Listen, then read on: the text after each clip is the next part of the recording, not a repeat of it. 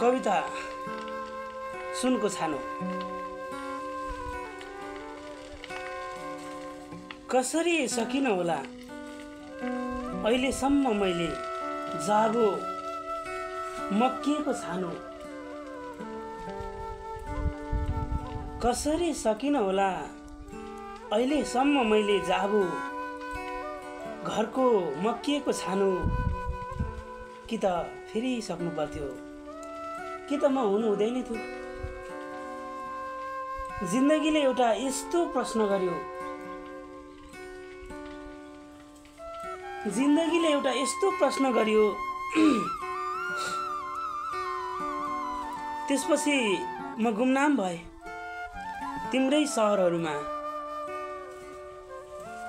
जहाँ कयौं अनिदो रात वर्षहरू गाउँकै सम्झनामा जुनी बिताइरहेका थिए।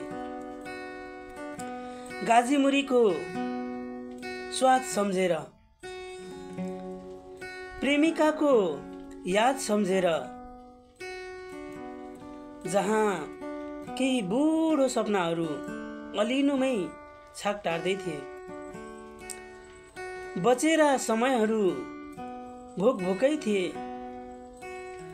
कसको मन यति कठोर थियो र म सकिन देशको जिजीविसा बुझ्न। बडो अचम्मको छ यो दुनियाँ, यो आकाश कहाँ हो कहाँ, हृदय त्यस्तै। लगाउन सकिन मैले मानवताको बेरा, सधैँभरि लजाइरह्यो लजावती फुलभित्र काँडा। टेक्न सकिन देशको छातीमा, अँध्यारोमा पनि जुनकिरीहरू चम्किरह्यो।